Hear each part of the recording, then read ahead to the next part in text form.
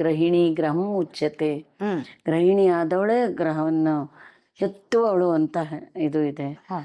ಈ ನಮ್ಮ ಒಂದು ಸಂಸ್ಕಾರವನ್ನು ಬಿಡಬಾರದು. ಹ್ಮ್ ಆ ಭಗವಂತನ ಒಂದು ನೆಲೆ ತುಂಬ ಶಕ್ತಿ ಕೊಡುವಂಥದ್ದು, ಹ್ಮ್ ನಮ್ಮ ದಾರಿ ತೋರಿಸುವಂಥದ್ದು.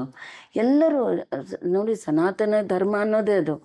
ಎಲ್ಲರೂ ಪ್ರೀತಿಯಿಂದ ಎಲ್ಲರೂ ಇದರಿಂದ ಬಾಳ್ಬೇಕು ಅಂದರೆ ನಮ್ಮ ಭಗವದ್ಗೀತೆಯನ್ನು ಎಲ್ಲರೂ ಪಾಲನೆ ಮಾಡಿ ಎಲ್ಲರ ಮನೆಯಲ್ಲಿ ಇಟ್ಕೊಂಡು ಎಲ್ಲರೂ ಅದನ್ನು ದಿವಸಕ್ಕೆ 1-6 ಶ್ಲೋಕ ಪಠಣೆ ಮಾಡ್ತಾ ಹೋದರೆ ನಿಜವಾಗಲೂ ನಾನು ಗ್ಯಾರಂಟಿ ಕೊಡ್ತೀನಿ, ಎಲ್ಲರಿಗೂ ಒಳ್ಳೆಯದಾಗತ್ತೆ. ಅದೇ ತಾನೇ ಬಯಸೋದು ಅಂದರೆ. ಸೊ ಎಲ್ಲರಿಗೂ ನನ್ನ ಕಳಕಳಿಯಿಂದ ಕೇಳ್ಕೊಳ್ತೀನಿ. ಆ್ಯಕ್ಚುಲಿ ಸುಷ್ಮಾ ಸ್ವರಾಜ್ ತುಂಬ ಹೋರಾಡಿದ್ರು. ಈ ಭಗವದ್ಗೀತೆನ ನಮ್ಮ ಹೇಗೆ ಕುರಾನ್ ಇದೆ, ಹೇಗೆ ಬೈಬಲ್ ಇದೆ, ಹಾಗೆ ನಮ್ಮ ಹಿಂದೂ ಇದಕ್ಕೆ ಗೀತೆಯನ್ನು ನೀವು ಇದು ಮಾಡಿ ಅಂತ ಸಂಸತ್ ಇದರಲ್ಲೂ ಕೂಡ ಹೇಳಿದ್ರು ಅವರು. ಸುಷ್ಮಾ ಸ್ವರಾಜ್ ತುಂಬಾ ಹೋರಾಡಿದ್ರು. ಅದು ಇನ್ನುವರೆಗೂ ಆಗ್ತಾ ಇಲ್ಲ. ಆಗ್ಬಹುದು ಇವತ್ತಿಲ್ಲ ನಾಳೆ, ಆದ್ರೆ ಎಲ್ಲರಿಗೂ ಗೊತ್ತಂತೂ ಇದೆ. ಆಮೇಲೆ ಇನ್ನೊಂದಂದ್ರೆ ನಮ್ಮ ಗೃಹಿಣಿಯರಲ್ಲಿ ನೀನ್ ಇವಾಗ ಶಿವನ್ ಪೂಜೆ ಮಾಡ್ತಾ ಇದೀಯ, ಖುಷಿ ಪಡಿ. ಶಿವ ಇಲ್ದೆ ಪರಮಾತ್ಮ, ವಿಷ್ಣು ಇಲ್ಲ, ವಿಷ್ಣು ಇಲ್ದೆ ಶಿವ ಇಲ್ಲ. ಆ ವಿಷ್ಣು ಕೃಷ್ಣನ ಪರಮಾತ್ಮನ ತಾಯಿನೇ ಎಲ್ಲಮ್ಮ. ನಮ್ಮಲ್ಲಿ ಒಂದು ಜ್ಞಾನ ಇಲ್ಲದೆ ಇರೋದಕ್ಕಾಗಿ ಒಬ್ಬರಿಗೆ ಒಳಗೆ ಇದು ಎಲ್ಲ ಇದೆ. ಅದೆಲ್ಲ ತೆಗೆದು ಎಲ್ಲರೂ ಒಟ್ಟಾಗಿ ದೇವ್ರನ್ನ ಜಗಳ ಹಚ್ಚಿಬಿಡೋದು. ಅದಕ್ಕೆ ಸರಿಯಾಗಿ ತಿಳ್ಕೊಂಡು ನಾವು ಮಾಡಿದ್ರೆ ಅದಕ್ಕೆ ತುಂಬ ಫಲ ಇದೆ. ಮತ್ತು ಇದಕ್ಕೇನು ನಾ ಹೇಳಿದ್ನಲ್ಲ, ಏನೂ ಖರ್ಚಿಲ್ಲ, ಏನಿಲ್ಲ, ಮನಃಶಾಂತಿ, ಸುಖ, ನೆಮ್ಮದಿ, ಮಕ್ಕಳಿಗೂ ಒಳ್ಳೇದಾಗಿ. ಇವತ್ತು ಮುಂದೆ ಚಿಕ್ಕ ಮಕ್ಕಳನ್ನೆಲ್ಲ ನೋಡಿ ನೀವು ಎಂಥ ಟೈಮ್ ಹೆಂಗೆ ಬರುತ್ತಪ್ಪ ಅಂತ ಯೋಚನೆ ಆಗುತ್ತೆ. ಸೊ ಅವರಿಗೆಲ್ಲ ರಕ್ಷಣೆ ಆಗುತ್ತೆ, ದೊಡ್ಡ ರಕ್ಷಣೆ ಇದು. ಕೆಲವೊಂದು ಕಡೆ ನಾನು ಕೇಳಿದ್ದು, ಮನೆಯಲ್ಲಿ ಇದ್ರದ್ದು ಏನದು ಯುದ್ಧ ಇದ್ರದಿರುತ್ತೆ ಹೇಳಿದ್ರೆ, ಅದು ಭಗವದ್ಗೀತೆ ಇದ್ರೆ, ಭಗವದ್ಗೀತೆಯಲ್ಲಿ ಇದ್ರೆ ಅದು, ಆಮೇಲೆ ಕುರುಕ್ಷೇತ್ರ ಯುದ್ಧ ಅದೆಲ್ಲ ಮನೆಯೊಳಗೆ. ಅದು ನನ್ನ ಪ್ರಕಾರ ಅದು ಇಲ್ಲ ಅಂದ್ರೆ ಯುದ್ಧ ಆಗತ್ತೆ. ಅದು ಇದ್ರೆ ಮನೇಲಿ ಶಾಂತಿ, ನೆಮ್ಮದಿ, ತಾಳ್ಮೆ ಇದೆಲ್ಲ ಬರುತ್ತೆ ನಮ್ಗೆ. ಯಾಕಂದ್ರೆ ಕೃಷ್ಣ ಅರ್ಜುನ ಉಪದೇಶ ಮಾಡ್ತಾನೆ.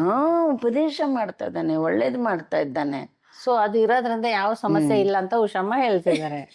ಹೌದು, ಯಾಕಂದ್ರೆ ಸಾಮಾನ್ಯ ಜನರು, ನಾನು ಬಹಳಷ್ಟು ಕಡೆಯಿಂದ ನಾನು ಕೇಳಿಲ್ಲ, ಸರಳವಾದ ಸಾಮಾನ್ಯ ಮನೆಯೊಳಗು ಒಂದಿಷ್ಟು ಜನ ಕಡೆ ನಾನು ಕೇಳಿದ್ದೆ. ಅವಾಗೆಲ್ಲ ನಾವು ಚಿಕ್ಕವರು ಹೌದಾ ಹೌದಾ ಅಂತ ಹೇಳ್ತಿದ್ವಿ ನಾವು ಅಷ್ಟೇ. ಇವಾಗ ನರಸಿಂಹದೇವರನ್ನು ಅಂತಾರಪ್ಪ, ನನಗಂತೂ ಉಗ್ರ ನರಸಿಂಹ ಇಟ್ಕೋಬಾರ್ದು. ಪುಟ್ಟ ಪ್ರಹ್ಲಾದ ಹತ್ರ ಹೋಗಿ ಹೆಂಗೆ ನೋಡಿ, ಭಯ ಇಲ್ಲ ಅಂದ್ರೆ ದೇವ್ರ ಏನ್ ಮಾಡ್ತಾನೆ. ಅದು ಹಿರಣ್ಯಕಶಿಪುನ ಇಟ್ಕೋಬಾರ್ದು ಅಂತಾರೆ ಕೆಲವೊಂದ್ ಕಡೆ ಹೇಳ್ತಾರೆ. ನರಸಿಂಹ ಉಗ್ರ, ನಿಜವಾಗ್ಲೂ ಬಹಳ ಅವನು ಕಾಪಾಡ್ತಾನ ನಮ್ಮ. ಲಕ್ಷ್ಮೀ ನರಸಿಂಹ ಇರ್ತಾರೆ, ಉಗ್ರ ನರಸಿಂಹ ಇಟ್ಕೋಬಾರ್ದು ಅಂತ ಹೇಳ್ತಾರೆ. ಸೊ ಅವನೇ ನಮ್ಮನ್ನು ಕಾಪಾಡೋದು ಆಕ್ಚುಲಿ ಅಂತ. ದುರಂತದಲ್ಲಿ ಕೂಡ ಒಂದು ಮಂತ್ರ ಇದೆ, ಉಗ್ರಂ ವೀರಂ ಮಹಾವಿಷ್ಣು ಜ್ವಲಂತಂ ಸರ್ವತೋಮುಖಂ ನರಸಿಂಹಂ ಭೀಷಣಂ ಭದ್ರಂ ಮೃತ್ಯುಂ ನಮಾಮಿ.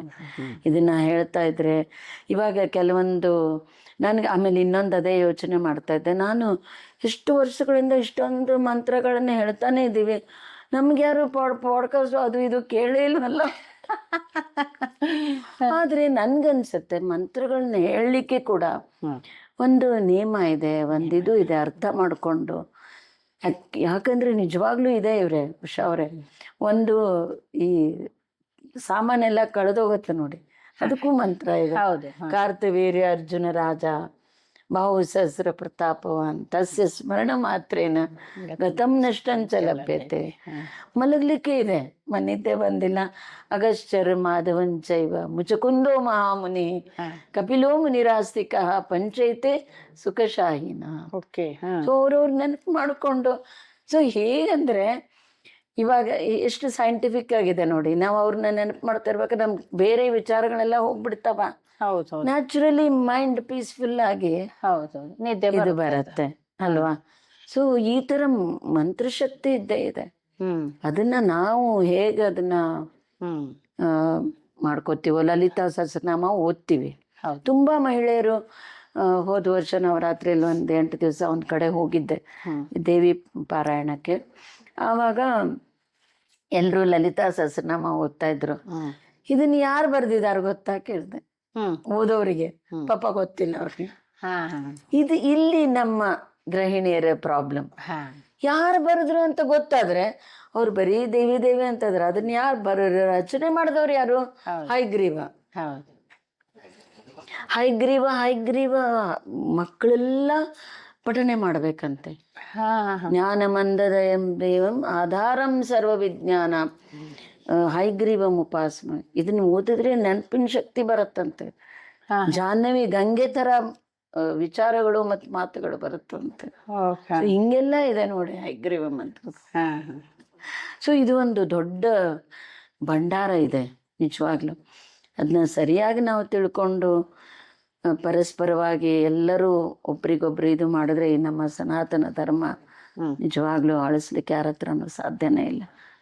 ವಿಷಮ ಈಗ ಮೊದಲಿನಲ್ಲಿ ಸನಾತನ ಧರ್ಮ ಅಂತ ಹೇಳಿ ಬಹಳಷ್ಟು ಇಲ್ದೆ ಹೋದ್ರುನು ಜನ ಪೂಜಾ ಪುನಸ್ಕಾರ ಮಾಡ್ತಾ ಇದ್ರು. ಆಮೇಲೆ ಪ್ರತಿ ನಮ್ಮಲ್ಲೆಲ್ಲ ಅಮಾವಾಸ್ಯೆ ಹುಣ್ಣಿಗೆಲ್ಲ ಏನ್ ನೈವೇದ್ಯ ಮಾಡ್ತೀರೋ ಮನೇಲಿ ನೈವೇದ್ಯ ಮಾಡೋ ಅಷ್ಟೇ ಅಲ್ದೇನೆ ಹತ್ತಿರದಲ್ಲಿರೋ ದೇವಸ್ಥಾನಗಳು ಇದೆಲ್ಲ ಈಗ ತುಂಬಾ ಆಮೇಲೆ ಅವ್ರು ತಗೊಳ್ತಾ ಇದ್ರು ಕೂಡ ಈಗ ಬಹಳಷ್ಟು ಕಡೆ ಅದೆಲ್ಲ ಇಲ್ಲ. ಅದು ಏನಾರು ಇರ್ಲಿ, ಅನ್ನ ಇರ್ಲಿ, ಪಾಯಸ ಇರ್ಲಿ, ಹೋಳಿಗೆ ಇರ್ಲಿ, ಕಡುಬು ಇರ್ಲಿ, ಏನಾದ್ರೂ ಇರ್ಲಿ, ಏನ್ ನೈವೇದ್ಯ ಕೊಟ್ಟಿರ್ತೈತೆ ಅದನ್ನೆಲ್ಲಾನು ಅವ್ರು ತಗೊಂಡು ಒಂದು ಇಟ್ಟು ಕೊಡೋರು ಅವರು. ಸೊ ಈಗಿನ ದಿವ್ಸಲ್ಲಿ ನಾನ್ ಕಂಡಂಗಲ್ಲಿ ಯಾವ್ದೂ ಇಲ್ಲ. ಜಾಸ್ತಿ ಅಂದ್ರೆ ಯಾವ್ದೋ ದೇವಿ ದೇವಸ್ಥಾನದಲ್ಲಿ ಹೋದಾಗ ಹಣ್ಣು ಜಂಪರ್ ಪೀಸ್ ಎಲ್ಲ ಇಟ್ಟು, ಬ್ಲೌಸ್ ಪೀಸ್ ಎಲ್ಲ ಇಟ್ಟು ಉಡಿಯನ್ನ ತುಂಬ್ತಾರೆ. ಈಗ ಮಧ್ಯದಲ್ಲೆಲ್ಲ ಹೋಯ್ತು ಎಲ್ಲ.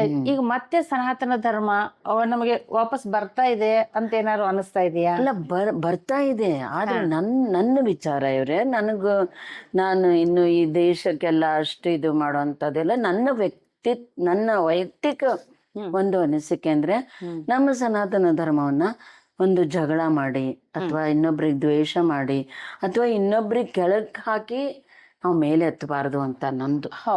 ನಮ್ದೇನಿದೆ ಅದನ್ನ ನಾವು ತೋರಿಸ್ಕೊಂಡು ನಮ್ಮಲ್ಲಿರುವಂತಹ ಒಂದು ಒಳ್ಳೆಯ ಒಂದು ಗುಣಗಳನ್ನ ನೋಡಿ ಅವ್ರ ಪರಿವರ್ತನೆ ಆಗಬೇಕು, ಪ್ರೀತಿಯಿಂದ ಆಗ್ಬೇಕು. ಅದು ಜಗಳ ಮಾಡಿ ಹೊಡೆದಾಡಿ ಆಗೋದಲ್ಲ ಅಂತ ನನಗನ್ಸೋದು. ಇದು ಎಲ್ಲೊಂದು ವಿವೇಕಾನಂದರದ್ದು ಒಂದೇನೋ ಕಥೆ ಬರುತ್ತೆ. ಯಾವ್ದು ದೇಶ ಅಷ್ಟು ನನಗೆ ಜ್ಞಾಪಕ ಇಲ್ಲ. ಅವ್ರು ಹೋಗಿದ್ದು ಎಲ್ಲಿ ಹೋದಾಗ ಎಲ್ಲರೂ ಬಂದ್ಬಿಟ್ಟು ಭಗವದ್ಗೀತೆಯನ್ನ ಕೆಳಗಡೆ ಇಟ್ಬಿಟ್ಟು ಮೇಲ್ಗಡೆ ಎಲ್ಲ ಅವ್ರವ್ರ ಧರ್ಮದ ಗ್ರಂಥಗಳನ್ನೆಲ್ಲ ಇಡ್ತಾರೆ. ಆಮೇಲೆ ಒಬ್ರು ಯಾರೋ ನಗ್ತಾರಂತೆ, ದೇಶದ ಭಗವದ್ಗೀತೆ ಕೆಳಗಡೆ ಇದೆ ಅಂತ. ವಿವೇಕಾನಂದ್ರ ಯಜ್ಞ ಅಂತ ಹೇಳ್ತಾರಂತೆ, ಎಲ್ಲಾ ಧರ್ಮದ ಗ್ರಂಥಗಳನ್ನ ಎತ್ತಿ ಹಿಡಿಯುವಂತ ತಡ್ಕೊಂತ ಶಕ್ತಿ ನಮ್ಮ ಭಗವದ್ಗೀತೆ. ಹೌದು, ನಿಜವಾಗ್ಲೂ ಹೌದು. ಅಲ್ಲ, ಇವರೆಲ್ಲ ಅದೇ ಹೇಳಿದೆ ಎಲ್ಲಿ. ಹಾಗೆ ನಮ್ಮಲ್ಲಿ ಕೂಡ ನಮ್ಮ ಒಂದು ಧರ್ಮಕ್ಕೆ, ನಮ್ಮ ಸಂಸ್ಕೃತಿಗೆ ನಾವು ತಲೆಬಾಗಿ ಅದನ್ನ ಎತ್ತಿ ಹಿಡಿದು ಒಳ್ಳೆಯ ರೀತಿಯಿಂದ ಅದು ಮಾಡಬೇಕು ಅಂತ.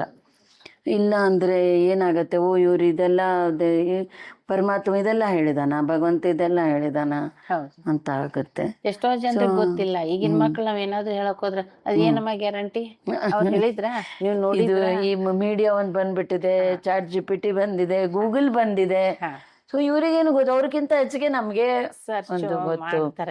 ಅನುಭವಕ್ಕಿಂತ ಒಂದು ದೊಡ್ಡ ಇದು ಇಲ್ಲ ಅಂತಾರಲ್ಲ ತಾಯಿ. ಹಾಗಾಗಿ ನಿಜವಾದ ನಮ್ಮ ತಂದೆ ತಾಯಿ ಅಂದ್ರೆ ಇದನ್ನೆಲ್ಲ ನಾವು ನಮ್ಮ ಇದರಲ್ಲಿ ಮಾಡ್ಕೊಳ್ಳೇಬೇಕು. ಅವಶ್ಯಕತೆ ಇದೆ ಈಗ. ದಾಸರು ಒಂದ್ ಕಡೆ ಹೇಳ್ತಾರೆ, ತೊರೆದು ಜೀವಿಸಬಹುದೇ ಹರಿನಿನ ಚರಣವ. ಇದೆಲ್ಲ ನಾವು ನೋಡಿ ಹಾಡು ಕೇಳುತ್ತೀವಿ, ಮಾಡ್ತೀವಿ. ಚಿಕ್ಕವರಿದ್ದಾಗ ಹೇಳ್ತಿದ್ವಿ, ಅದ್ರ ಅರ್ಥ ತಿಳ್ಕೊಳ್ಳೋ ಅಂತ ಶಕ್ತಿ ಇರ್ಲಿಲ್ಲ. ಸೊ ನಾವು ಏನು ಮಾಡ್ತೀವೋ ಅದನ್ನ ಇನ್ನೂ ಚೆನ್ನಾಗಿ ಅದನ್ನ ತಿಳ್ಕೊಂಡು ಎಲ್ಲಿವರೆಗೆ ಅಂದ್ರೆ ತಂದೆ ತಾಯಿಯ ಬಿಟ್ಟು ತಪವ ಮಾಡಬಹುದು, ದಾಯಾದಿ ಬಂಧುಗಳ ಬಿಡಲುಬಹುದು, ಆದ್ರೆ ನಿನ್ನ ಚರಣಗಳನ್ನ ಬಿಡೋದಕ್ಕೆ ನನಗೆ ಸಾಧ್ಯ ಇಲ್ಲ. ಚೆನ್ನಾಗಿ ಹೇಳ್ತಿರು ಹಾಡು. ಅದೇ ಅಲ್ಲ, ಅದೇ ನನ್ಗೆ ವಿಚಿತ್ರ ಅನ್ನಿಸ್ತು ದೇವ್ರೆ, ಎಂತೆಂತ ಮಹಿಳೆಯರು ಇದ್ದಾರಪ್ಪ ನಮ್ಮ ಇದರಲ್ಲಿ. ಈಗ ನಾನು ಮೊನ್ನೆ ನಿಮ್ಮ ಇದಕ್ಕೆ ಮಹಿಳಾ ಮಂಡಳಕ್ಕೆ ಬಂದೆ, ಎಷ್ಟು ಚೆನ್ನಾಗಿ, ಎಷ್ಟು ಏನು ಗಲಾಟೆ ಇಲ್ದೇನೆ ಕುತ್ಕೊಂಡು ನೀವೆಲ್ಲ ಇಷ್ಟೊಂದು ಪಾರಾಯಣ ಎಲ್ಲ ಮಾಡೋದು. ಅಷ್ಟು ಮಾಡೋದು ಈಸಿ ಇಲ್ಲ, ಯಾಕಂದ್ರೆ ಮನೆಯದೆಲ್ಲ ಮುಗಿಸಿ ಓಡಬೇಕು ಮಾಡಬೇಕು. ಇಷ್ಟೊಂದು ಪಾರಾಯಣ ಎಲ್ಲ ಮಾಡ್ತೀರಿ ನೋಡಿ, ತುಂಬಾ ಖುಷಿ ಆಯ್ತು ನನಗೆ. ಈಗಿನ ಸಮಾಜಕ್ಕೆ ಏನ್ ಹೇಳಕ್ ಇಷ್ಟಪಡ್ತೀರಿ ನೀವು? ಅಲ್ಲ, ಅದೇ ಈ ಎಲ್ಲರಲ್ಲೂ ಒಂದು ಇದು ಬರಬೇಕು. ಆಮೇಲೆ ಮಹಿಳೆಯರು ಸ್ವಲ್ಪ ಉದ್ಯೋಗದಲ್ಲೂ ಕೂಡ ಟೈಮ್ ವೇಸ್ಟ್ ಮಾಡಬಾರ್ದು ಅಂತ ನನ್ನ ಅನಿಸಿಕೆ. ಅದರಿಂದ ನಮ್ಮ ಸ್ವಂತ ವ್ಯಕ್ತಿತ್ವ ಮತ್ತು ಸಮಾಜದ, ಈಗ ನನಗೆ ಏನಾದ್ರು ಒಂದು ಸಮಾಜಕ್ಕೆ ಕೊಡಬೇಕು ಅಂದರೆ ನಂಗೆ ಸ್ವಾತಂತ್ರ್ಯ ಇದೆ ಅಂತ ಅವಾಗ ಅನಿಸುತ್ತೆ. ಟೈಮು, ಕ್ಷಣಕ್ಕೆ ಹೇಳ್ತಾನೆ, ಕ್ಷಣ ಏಕೋಪಿ ನ ಲಭ್ಯತೆ ಸ್ವರ್ಣಕೋಟಿ. ಒಂದು ಕ್ಷಣ ಕೂಡ ಸಿಗಲ್ವಂತೆ, ನೀವು ಸ್ವರ್ಣಕೋಟಿ ಬಂಗಾರ ಕೊಟ್ಟರು ಕೂಡ. ಅದನ್ನು ನಾವು ಇಂಪ್ಲಿಮೆಂಟ್ ಮಾಡಿ ಕಾಪಾಡ್ಕೋಬೇಕು. ಹೆಂಗೆ, ನೀವು ಹೇಗೆ ಮಾಡ್ತೀರಾ? ನನಗೆ ತುಂಬ ಜನ ನಿನ್ನೆ ನೋಡಿ ಏನೂ ಇರಲಿಲ್ಲ ಅಂದ್ಬಿಟ್ಟು ಚೆನ್ನಾಗಿ ಕೆಲಸದೊಳು ಕೈ ಕೊಟ್ಲು, ಅದಂತೂ ಕಾಮನ್ ಈಗ. ಆದರೂ ಕೂಡ ಉಪ್ಪಿನಕಾಯಿ ಹಾಕಬೇಕು ಅಂದ್ಕೊಂಡ್ಬಿಟ್ಟಿದ್ದೆ, ಎಲ್ಲ ಬೇರೆ ಮೀಟಿಂಗ್ಸು ಎಲ್ಲ ಯಾವುದೂ ಇಟ್ಕೊಳ್ದೇನೆ. ಅಷ್ಟು ಅದನ್ನು ನೀವು ಮನೆಯಲ್ಲಿ ಮಾಡಿದ್ದು ಇನ್ನೊಬ್ರಿಗೆ ಕೊಡೋದು, ತಿನ್ನಿಸೋದು, ಅದ್ರ ಖುಷಿನೇ ಬೇರೆ ಅಲ್ವಾ? ಬೇರೆ ಖುಷಿನೇ ಬೇರೆ. ಸೊ ಅದಕ್ಕೆ ಮಹಿಳೆಯರು ಹೆಚ್ಚಾಗಿ ಏನಾದ್ರು ಒಂದು ಮಾಡಲಿಕ್ಕೆ ಇಟ್ಕೊಂಡ್ರೆ ಅವರ ಒಂದು ವ್ಯಕ್ತಿತ್ವಕ್ಕೆ ಒಳ್ಳೆಯದು, ಮನಸ್ಸಿಗೆ ಒಳ್ಳೆಯದು. ನಾವು ಮಾಡ್ತಾ ಮಾಡ್ತಾ ಭಗವಂತನ ಸ್ಮರಣೆ ಮಾಡ್ಬೋದಲ್ವಾ, ಅವಾಗ ಅದು ಅಧ್ಯಾತ್ಮ ಆಗುತ್ತೆ. ಸೊ ಇದು ಇವತ್ತು ತುಂಬಾ ಜನ ಮಾಡ್ತಾರೆ, ಮಾಡೋದಿಲ್ಲ ಅಂತಿಲ್ಲ. ಇವಾಗ ಬಹಳಷ್ಟು ಜನರು, ಅವಾಗೆಲ್ಲ ಏನಾಗ್ತಿತ್ತು, ಶ್ರಾವಣ ಮಾಸ, ಆಷಾಢ ಮಾಸ ಒಂದೇನು ಒಂದ್ ತಿಂಗಳು ಯಾರೊಬ್ರು ಬಂದು ಪುರಾಣಗಳನ್ನ ಮಾತ್ರ ಮನೆಯಲ್ಲಿರೋ ಗೃಹಿಣಿಯರು ಈಗ ಒಂದ್ ತಿಂಗಳು ಪುರಾಣ ಪ್ರವಚನ ಇದೆ ಅಂತ ಹೇಳಿ ದೇವಸ್ಥಾನಕ್ಕೆ ಹೋಗಿ ಬರ್ತಿದ್ರು. ಮತ್ತೆ ಹೋಗಿ ಅಲ್ಲಿ ಕೂತ್ಕೊಂಡು ಬತ್ತಿ ಮಾಡ್ತಿದ್ರು, ಬತ್ತಿ ಮಾಡೋದು, ಅವೆಲ್ಲ ಕೇಳೋದು. ಅವ್ರ ಪ್ರವಚನ ಹೇಳುವಾಗ ಮಧ್ಯ ಮಧ್ಯದಲ್ಲೆಲ್ಲ ಉಪಕಥೆಗಳನ್ನೆಲ್ಲ ಹೇಳ್ತಿದ್ರು, ತಗೊಂಡಿದ್ರು ಮಕ್ಕಳಿಗೆಲ್ಲ ಹೇಳೋರು. ಹಾಗೆ ಆವಾಗಿಂದ ಅಷ್ಟಕ್ಕೆ ಸೀಮಿತ ಇತ್ತದು, ಅಷ್ಟಕ್ಕೆ. ಬಟ್ ಆದ್ರೆ ಇವಾಗ ಹಂಗಲ್ಲ, ಎಲ್ಲೋ ಒಂದು ಮಹಿಳಾ ಸಂಘಗಳನ್ನ ಮಾಡ್ತಾರೆ, ಒಂದು ಗುಂಪುಗಳನ್ನ ಮಾಡ್ತಾರೆ, ಒಂದು ಸನಾತನ ಧರ್ಮದಂತ ಏನೋ ಮಾಡ್ತಾರೆ. ಪ್ರತಿದಿನ ಸಹಸ್ರನಾಮಾವಳಿ ಎಲ್ಲಾನು ಮಾಡ್ತಾ ಇದ್ದಾರೆ. ಸೊ ಇದರಿಂದ ಎಷ್ಟು ಬದಲಾವಣೆ ಅನ್ಸುತ್ತೆ ಜಗತ್ತಿಗೆ ನಿಮ್ಗೆ? ನಾನು ಹೇಳೋದಂದ್ರೆ, ಇವಾಗ ನಾನು ನೋಡಿದ್ದೀನಿ ತುಂಬಾ ಜನ ಕೆಲವೊಂದ್ ಕಡೆ ಮಾಡ್ತಾರೆ, ಎಷ್ಟೊಂದು ವರ್ಷಗಳಿಂದ ಮಾಡ್ತಾ ಇದ್ದಾರೆ, ಪಠಣ ರುದ್ರು ಎಲ್ಲಾನು ಕಲಿತು ಎಲ್ಲ ಆದ್ರೆ ನಂದು ಕೆಲವೊಂದು ಇದಕ್ಕೂ ಕೂಡ ರೂಲ್ಸ್ ಇದೆ. ಹೇಗೆ ನಾವು ಒಂದು ನಮ್ಮ ಈಗ ಒಂದು ಆಫೀಸಲ್ಲಿ ರೂಲ್ಸ್ ಇರುತ್ತೆ, ಒಂದು ಮನೆಯಲ್ಲಿ ರೂಲ್ಸ್, ಹಾಗೆ ಈ ಒಂದು ಆಧ್ಯಾತ್ಮಿಕ ಒಂದು ರೂಲ್ಸ್ ಇರುತ್ತೆ. ಸ್ವಚ್ಛತೆ, ಮನಸ್ಸಿನ ಸ್ವಚ್ಛತೆ, ನಮ್ಮ ಶರೀರದ ಸ್ವಚ್ಛತೆ. ಇವಾಗ ಫಲ ಯಾವಾಗ ಕೊಡುತ್ತೆ ಹೇಳಿ? ಇದನ್ನೆಲ್ಲ ನಾವು ಪಾಲನೆ ಮಾಡಿದಾಗ ಎಷ್ಟೊಂದು ಕಡೆ ಇದು ನಿಯಮಗಳಂದ್ರೆ ಅತಿ ನಿಯಮ ಮಾಡಬೇಕು ಅಂತ ಹೇಳೋದಿಲ್ಲ ನಾನು. ಮಿನಿಮಮ್ ಏನಾದ್ರು ಒಂದು ಮಾಡಿದಾಗ ಅದ್ರ ಫಲ ಹೆಚ್ಚು ಅಂತ ನನ್ನ ಅನುಭವ, ನನ್ನ ಅನಿಸಿಕೆ. ಅದರಿಂದ ಗ್ಯಾರಂಟಿ ಅದಕ್ಕೆ ಯಶಸ್ಸಿದೆ. ಈಗ ಕೆಲವೊಂದು ಕಡೆ ಮಾಡಿ ಫಲ ಸಿಗೋದಿಲ್ಲ ನೋಡಿ, ಅವಾಗ ಅವ್ರಿಗೆ ದೇವ್ರ ಮೇಲೂ ನಂಬಿಕೆ ಅನ್ನೋದು ಇದು ಇರಲ್ಲ, ಹಂಗೆಲ್ಲ ಆಗ್ಬಿಡತ್ತೆ. ಸೊ ಇದಕ್ಕೂ ಕೆಲವೊಂದು ನಿಯಮಗಳನ್ನ ನಾವು ಪಾಲಿಸಿ ಇದು ಮಾಡಿದ್ರೆ ಖಂಡಿತ ಯಶಸ್ಸಿದೆ. ಅದಕ್ಕೆ ಒಬ್ಬ ಮಹಿಳೆ ಮನೆಗೆ ಮಾತ್ರ ಸೀಮಿತ ಅಲ್ಲದೆ ಅವಳೊಂದು ಉದ್ಯಮನೂ ಮಾಡ್ಕೊಂಡು ಅಧ್ಯಾತ್ಮವನ್ನು ಮಾಡ್ತಿದ್ದೀರಾ ನೀವು. ಈ ಮನೆ ಸಂಭಾಳಿಸ್ಕೊಂಡು ಒಬ್ಬ ಮಹಿಳಾ ಉದ್ಯಮಿದಾರಳಾಗಿ ಅಧ್ಯಾತ್ಮದ ಕಡೆ ಚಿಂತನೆಯಾಗಿ ಹೇಗೆ ಬ್ಯಾಲೆನ್ಸ್ ಮಾಡ್ತಾ ಇದ್ದೀರಿ? ಬ್ಯಾಲೆನ್ಸ್ ಅಂದ್ರೆ ನೋಡಿ, ಸ್ವಲ್ಪ ಅದೇ ನಾ ಹೇಳಿದೆ, ಮತ್ತೆ ಹೇಳ್ತಾ ಇದ್ದೀನಿ, ನಮ್ಮ ಒಂದು ಸ್ವಲ್ಪ ತ್ಯಾಗನೂ ಇರಬೇಕು. ಆಮೇಲೆ ಜೊತೆಗೆ ಕಷ್ಟ ಜೀವಿ ಆಗ್ಬೇಕು. ನಾನು ಆರಾಮಾಗಿದ್ದು ಎಲ್ಲ ಮಾಡ್ತೀನಿ ಅಂತ ಆಗಲ್ಲ. ಈಗ ನೀವು ಇವತ್ತು ನಿಮ್ಮನ್ನ ಮನೆ ಕರೀಲಿಕ್ಕೆ ಆಗಿಲ್ಲ, ನಾನು ಅಲ್ಲೇ ಕರೀತು. ನೋಡಿದವ್ರೇನು ಅನ್ಬೋದು, ಏದೋ ಮನೆ ಇದೆ, ಗಾಡಿ ಇದೆ, ಕೆಲಸದವ್ರು ಇದ್ದಾರೆ, ಅವ್ರಿಗೇನೋ ಹಾಗಿಲ್ಲ. ಆನೆ ಭಾರ ಆನೆ ಕಾಲಿಗೆ, ಇರುವೆ ಭಾರ ಇರುವೆಗೆ. ಸೊ ಇನ್ನೊಬ್ರನ್ನ ನೋಡ್ಕೊಂಡು ಅವ್ರು ಆರಾಮಿದ್ದಾರೆ ಅದಕ್ಕೆ ಮಾಡ್ತಾರೆ ಅಲ್ಲ, ಅವ್ರವ್ರ ಕಷ್ಟ ಅವ್ರಿಗಿರುತ್ತೆ. ಅದ್ರಲ್ಲೇನೆ ನಾವು ನಮ್ಮ ಇದಕ್ಕೆ ನಾವೇನು ಮಾಡ್ಬೋದಪ್ಪ ಒಂದು ಸಹಾಯ ಆಗುತ್ತೆ. ನಾನು ನಮ್ಮ ಇದರಲ್ಲೇ ನೋಡ್ತಾ ಇರ್ತೀನಿ, ಎಷ್ಟೊಂದು ಕಂಪನಿ ಮಾಡೋದು ಕಷ್ಟ, ಜೊತೆಗೆ ಅದು ಮೇಂಟೈನ್ ಹೆಂಗೆ ಸೃಷ್ಟಿ ಮಾಡಿ ಮೇಂಟೈನ್ ಮಾಡದೇ ಇದ್ರೆ ಅದು ವಿನಾಶ ಆಗುತ್ತೆ. ಸೊ ಅದಕ್ಕಾಗಿ ನಾವು ಅದನ್ನು ಇಟ್ಕೊಂಡು ಹೋಗ್ಬೇಕಲ್ಲ, ಅದಕ್ಕೆ ಸ್ವಲ್ಪ ಒಂದೊಂದ್ಸರಿ ಮಧ್ಯಾಹ್ನ ನಿದ್ದೆ ತ್ಯಾಗ ಮಾಡಬೇಕಾಗುತ್ತೆ. ಇವು ನಂಗೆ ಬೇಕೇ ಬೇಕು, ರೆಸ್ಟ್ ಬೇಕು, ಎಲ್ಲನೂ ಬೇಕು ಅಂದರೆ ಆಗಲ್ಲ.